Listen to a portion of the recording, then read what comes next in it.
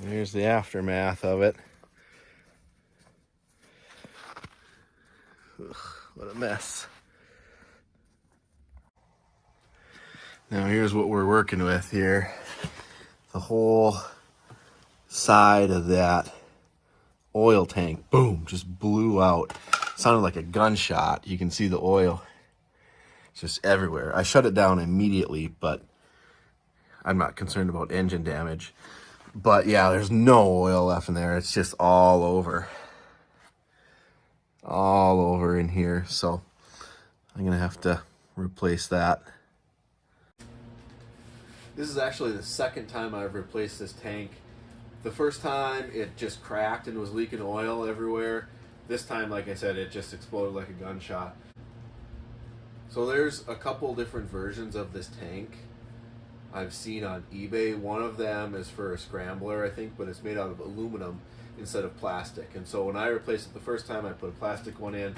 So I'm gonna take it out and I'm just gonna look at like where the oil lines and stuff are at to make sure it's the same as the aluminum ones. And so I'm gonna order an aluminum one this time around, and hopefully it lasts a little bit longer.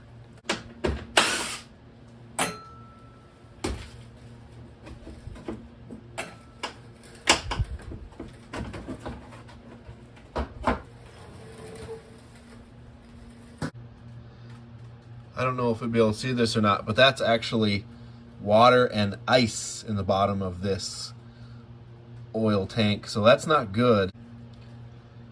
I'm not concerned with water in the oil. I know this is from the vent tube or from condensation, and so the last time I replaced this tank, there was same thing. There was a little bit of ice in the bottom of it, and so I don't think it's leaking. You know, I don't think there's a bad head gasket or anything like that. It's water in there. It's not antifreeze. The antifreeze levels in this thing are just fine, so it's not an engine issue. It's a venting issue. So there's moisture getting in through the vent on this thing, and quite a bit too. I don't know, but I'm gonna have to do something about this vent because this isn't working.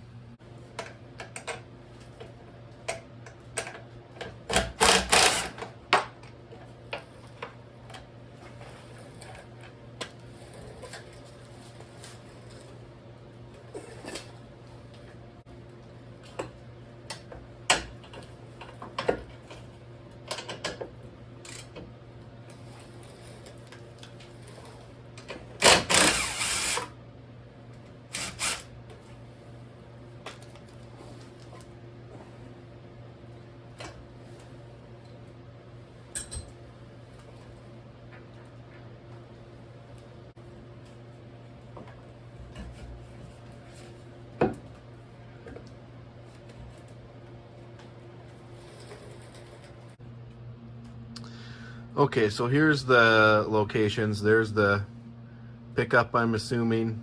There's the return, and this is the vent. The vent goes all the way up around into the air box there. And so I gotta figure something out. So I went ahead and ordered a new oil tank. It's the aluminum one. All the lines and stuff look the same.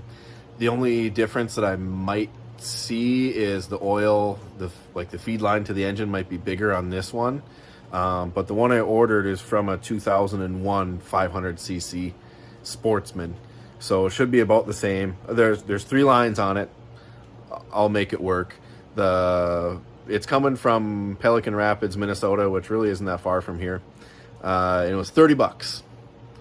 So there's a lot of them out there for $50, and they look the same as there's one out there for $25 that was looking kind of crusty, but this one looks good for $30. I'm gonna give it a shot, and if it doesn't work, then it's only $30. But I'll make it work. I'll make it work. All right, got a new oil tank. I ordered one off eBay, and it was $30, I think. Careful.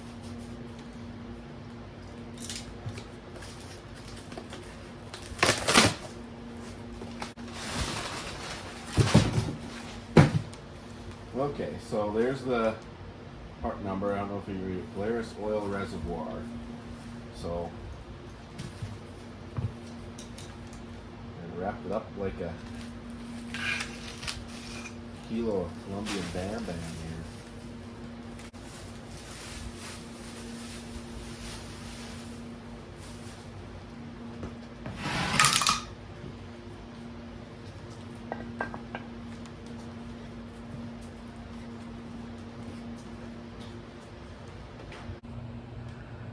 Okay, here are the two tanks. They look very similar. They have the same little mounting nub. The holes to mount them are in about the same spot. They have the inlet, the outlet from the engine, inlet to the engine, outlet from the engine, and then a vent. So they should be very, very similar. They should work, I think. I'm just gonna have to get a couple different fittings. Like this is a 1/2 inch, and that's, I'm not sure what size thread that is, probably 3/8, but I can get a 1/2 inch barb, and then a barb for up here too, here, right angle barb or something, and then a barb up top. So might have to get a couple more fittings, but it should work. They look about the same capacity too, and it's actually kind of nice. This one's aluminum, so it should dissipate heat better because it's got these cooling fins on there, so that's good, I guess. The test fit is a success. It bolts right up, and so there's plenty of space on the backside here if I need to run different barb setup or spaces or anything like that, spacers, and it bolts right into the same spot. It should be just fine. The one thing though, kind of TO'd about, I suppose this is kind of my fault for not looking, but who would have thought, but the dang dipstick broke off of this. So I'm gonna have to get a different, and it's really sludgy in there. So I'm gonna have to give that a good cleaning and then order a new dipstick, because I check the oil all the time on this machine. I probably didn't need to do this, but I opened up the case just to make sure there wasn't like chunks of garbage or something in there. It doesn't look too bad. Little bit of chunks of stuff in there. I don't know. I probably could have just poured some kerosene in here, shook it up, dumped it out. But I just wanted to make sure. I don't want the engine on this runs pretty good, so I don't want to mess it up more than I have to. So I'll get this cleaned up. I might have to order a new gasket. I might just be cheap and make my own. Depends on how much gaskets are, but order up a new gasket and order up a new dipstick. Get this cleaned up. $40 for that gasket. $40 for the gasket. Definitely making my own or throwing some silicone on there. $40. All right, so here's what we're doing with this. That's broke off. This is the one that was on the Ranger. That just pulls out. Just gonna grind that off, drill it, and just glue that in there. It should get me close anyway. It'll know when let me know when I'm out of oil anyway.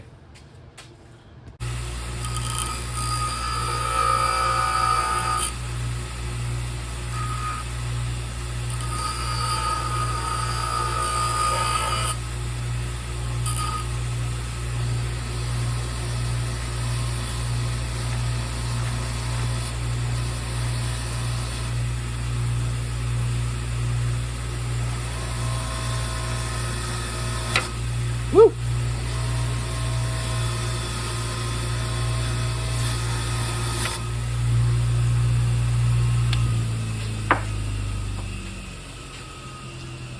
Nice and flat.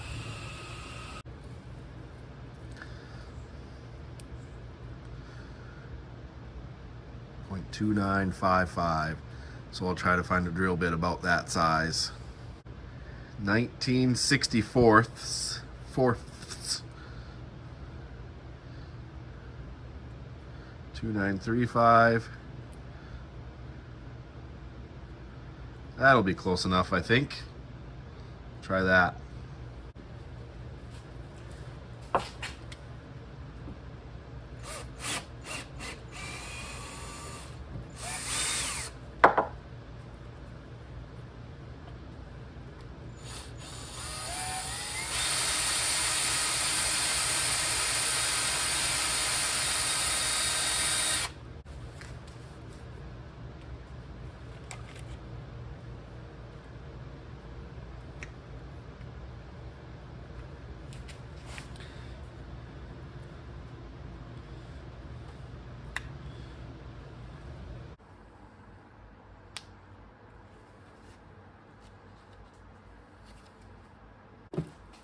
That came out of there kind of crooked, a little more blue than that, so I'm just gonna take a little bit of that.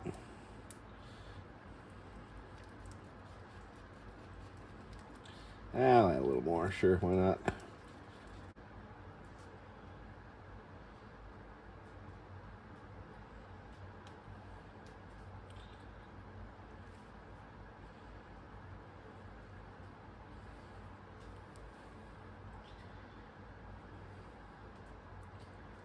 There, that should work. Should hold it in there.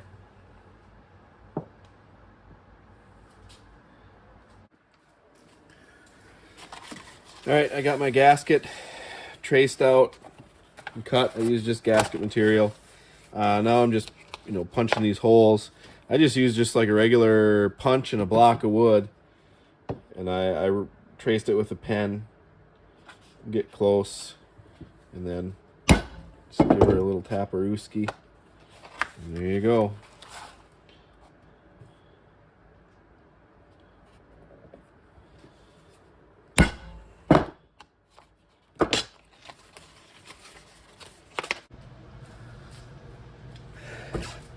So I'm normally a pretty modest person, but I don't know. This is pretty. I'm pretty proud of this gasket. For $4 or $5 or whatever it is, compared to $40. Yeah.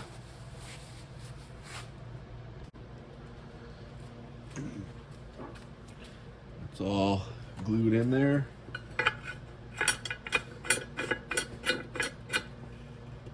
Yeah, that'll work good enough, I think. Let's run the oil level a little higher. But yeah, that'll work good enough. I think these were like $20 to buy on eBay. So, saved myself $20. Wow, I should have bought one with one that was correct, but whatever. All right, so here's what we're doing. That was 1/8 inch NPT. So I got an adapter to go to a 3/8 barb. That's whatever that is, 1/4 inch NPT. This one was fine, 1/4 inch NPT to 3/8 barb, easy enough. Down here, it was 1/4 inch NPT. I just did a little bit of, there's a 3/8 barb here, and then that's a 1/2 inch. And so a little bit of a connector there, that's gonna turn that way. And so I added a little bit extra hose there. So that should work. I've got my 1/2 inch feed to the engine, 3/8 drain back, and then 3/8 vent up here. So this should bolt right back into where it came out of, or where the other one came out of. Now this vent, I realize, oops, oh yeah, there's the water. That's what froze and blew this thing up. So I realize this might be my fault that this happened, because after research, I found out that Polaris from the factory cuts a little slit in this hose somewhere right up here, like caveman style. What are we gonna do? Just cut a slit. And so the last time that I replaced this oil tank, I replaced this vent line. See, it's flex lock hose. High quality. I thought I was doing a good thing by replacing this hose with a high quality, nice hose, but I had no idea they put a little slit in there, and that slit is for basically pressure release. So when you have a water in the line like I did, it just releases the pressure. And so stupid design. Like, make it legit, number one, Polaris. And then number two, I don't know, maybe make it so that doesn't happen. I don't know, who knows. But either way, this vent should be fine. Long story short, I'm going to throw a slit, a Polaris pressure relief slit in this line, and I'm just going to hook everything back up the way it came. So I don't know, I guess that's not the result that I was craving, but I guess that's what's going to happen. All right, apparently the most important part, the safety slit, Okay. I don't know. It should work, I think. Yeah, whatever. We'll see. I guess if this metal one blows up, that'll make a real nice boom. All right, I got it filled up, a little over full. You got to pinch off the vent line on these to prime the oil system. So we're just gonna see what it does here.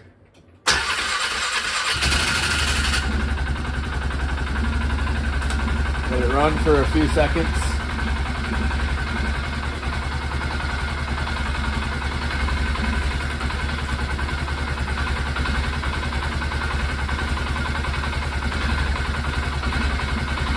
I put a new oil filter on it too, just for fun.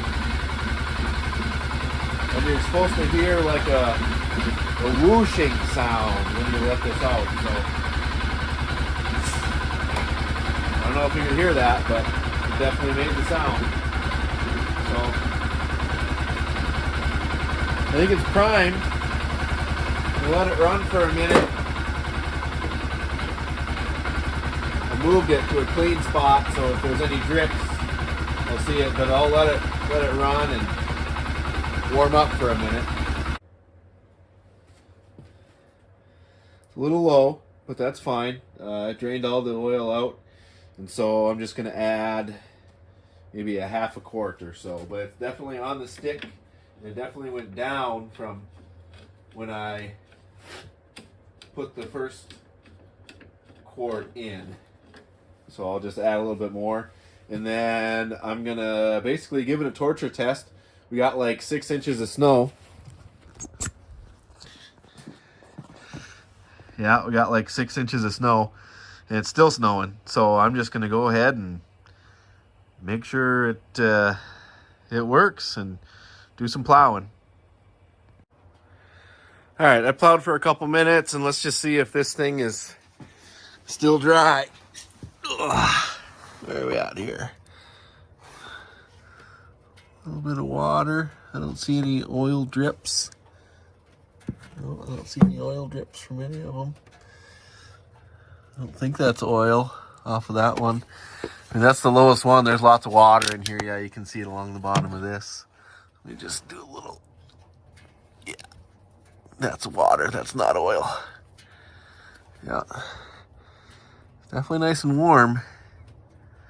But yeah, that's just water. So yeah, and then this one up here, kind of janky, I'll admit, doing it that way, but it seems like it works. So yeah, no leaks. Well, there you go. That answers the age-old question if you can swap the oil tanks from the older wheelers onto the Ranger. The answer is yes, but the fittings are a little different. So yeah, as I said, that was technically my fault that it blew up because I didn't put the slit in the vent tube. But I would like to have a sit down with whoever designed that you can do better type of conversation. Not mad, just disappointed type of thing. So yeah, I'm going to consider that fixed. That's done. So I can get back to plowing and I can get back to working on other stuff. So thanks for watching.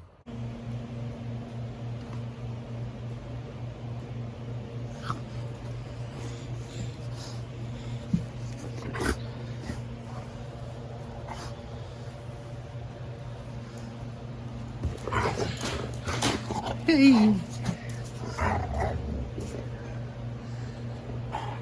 You're so vicious. You're so vicious. You're so vicious. Vicious poodle.